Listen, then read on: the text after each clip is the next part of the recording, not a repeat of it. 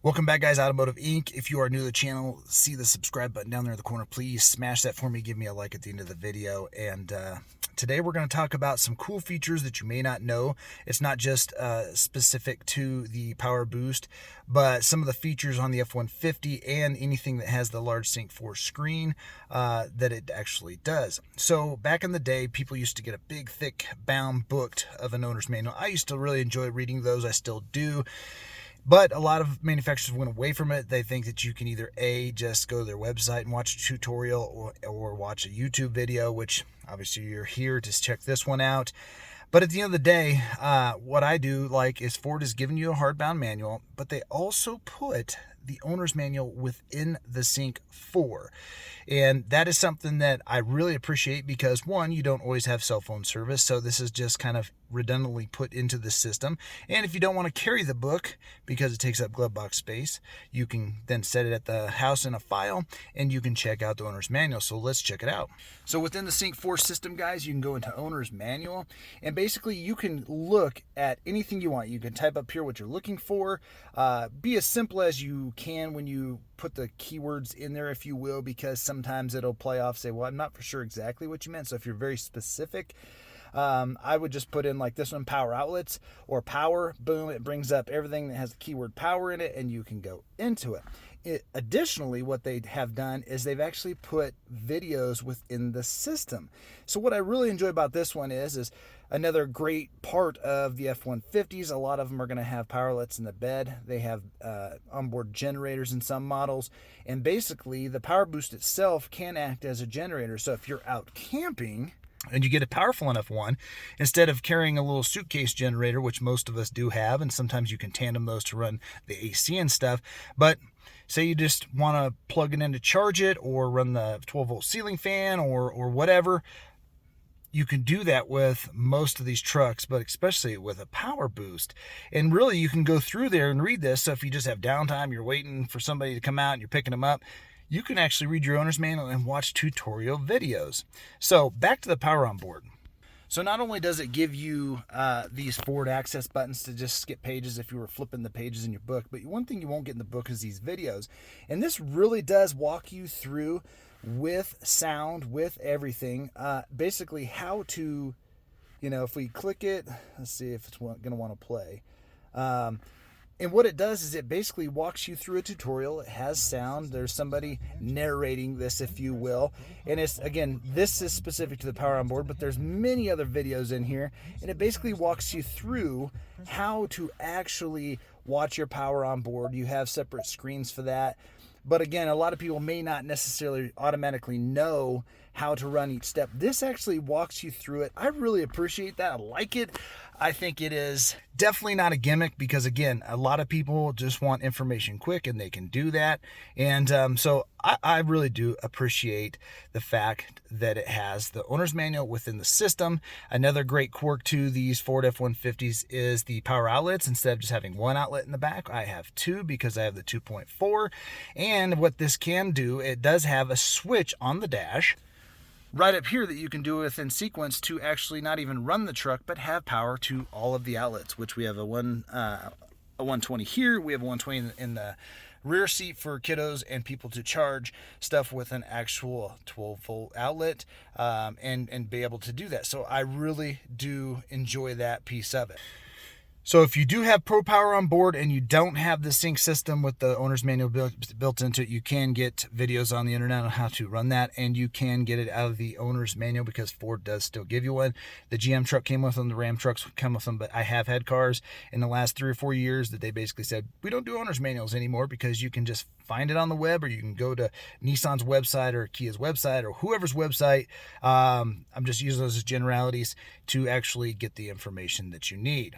Now, another thing you may not know, and this probably won't happen to you much, but proximity keys or keyless ignition. So you have the push button start. You walk up, touch the handle to get in. The key you don't have to take out of your pocket. That key is always searching for the vehicle. It's always trying to communicate with the vehicle. So as you walk up to the F-150, the lights kind of turn on as approach or greeting lighting. And what can happen is that battery may burn out much quicker than the older remotes. So Ford does hide a place in each one of these vehicles that you can actually take the key fob and drop it in there if it's completely dead and still start the vehicle. In this F-150 with the 40-20-40 seat, here's where it's at. So we go to our cup holder and look right there. If you drop the key fob in there, the vehicle will start, no sweat. I would make sure you keep that cover in there. You wouldn't want to get crap down in there. It'd be pretty hard to clean.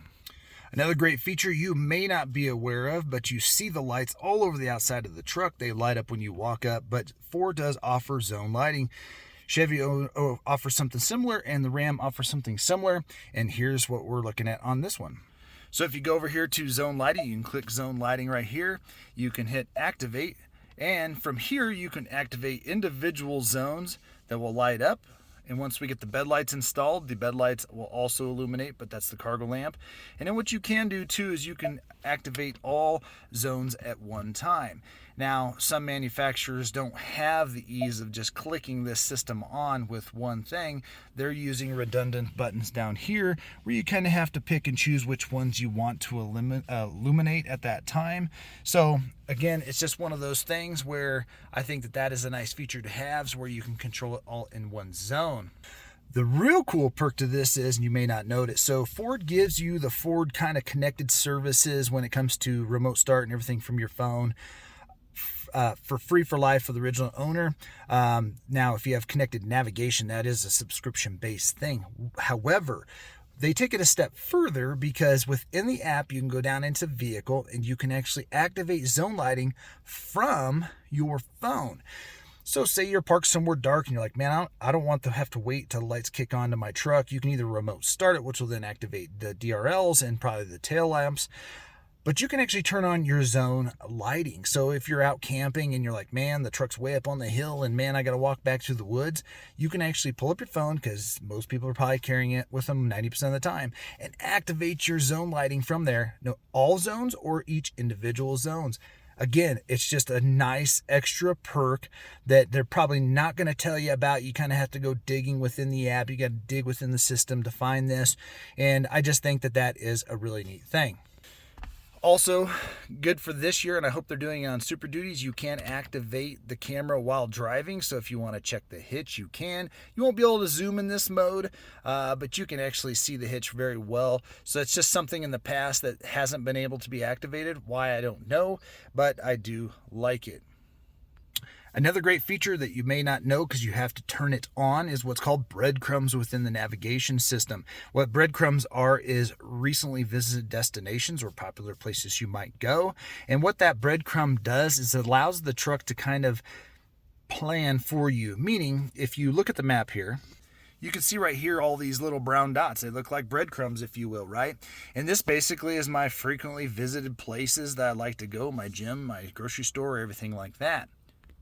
So what's cool about it is, even without using the navigation, what it does is it uses information coming from traffic reports and everything like this. So if I point the truck in the general direction of work, which is 17 miles away, it'll actually give me an estimated time of arrival on the screen, and I don't even have to program it or whatever. So I can kind of plan ahead. So obviously I don't need the navigation to get there, but it's just really awesome that it can breadcrumb it. Now, there are other systems that have similar features, and if you use Android Auto in lieu of the connected nav, it doesn't always do anything like that. I don't even know if that's a feature we can turn on in Android Auto or Apple CarPlay, but I like this because I always have the maps put up on my separate screen. Here I usually have the map pulled up, and so what I do is I can see in generalities where I'm going and kind of the estimated time of arrival. So if you're not a good planner of trips, if you will, then this will actually just kind of give you an idea. Hey, I'm heading home. It's going to take me X amount of time. And again, you have to turn this on in the features, but you may not have known that it was there. Now, there are a couple things on the outside that you may not have known that were there. So obviously, the front end of the truck, you may see sometimes where you can see the radiator itself, and sometimes you can't. It does have active grill shutters. I think most of the trucks have that. However, one thing is for sure, if you use your truck off-roading and you like to get in mud, you need to be aware that there is an auxiliary air dam that comes down at highway speed. So if you get a lot of crap gunked up underneath the front end, you don't want that mechanism to have problems functioning or anything like that. So that air dam's right here. So this air dam is right here, guys. Again, nothing new with the grill shutters on the grill, but what happens is if this gets a lot of caked up stuff on it, there is a potential that it will be trying to come down and it won't work. I'm not for sure if the system will override itself if it feels some type of pressure, but I don't think a lot of people know about this air dam. We all know about the big snow pusher one in front of it, but this one really comes way down at highway speeds to help improve fuel economy. Now, one last thing I am going to touch on, I'm going to do a separate video on it once I get my cables and stuff here, is Ford is one of the ones that if you have that keyless entry system and you start the truck, shut the door, get back out, and you're in the morning, you forgot your coffee mug or whatever inside the house, it honks the horn, and the horn is so damn loud, it's insane. There's no way to actually shut that feature off within the Sync 4 system. However, there is a way to do it with a free computer program and a cable. So I will do a separate video on that, but if you're kind of wondering like, I hate that feature, I don't like it either. All the manufacturers put some certain different ones inside their systems, and I don't like that one at all. And so, yeah, we'll do a separate video on that. So that, guys, is a handful of quasi-hidden features, cool features that the truck offers that you may not have known that were there, things that you can kind of use to your benefit, and things that you can, like the air dam, you can make sure that those mechanisms are kept clean, so that way you keep your vehicle free from getting any damage, because if that air dam was to get damaged, most likely it wouldn't fall into the warranty because that's user controlled type stuff.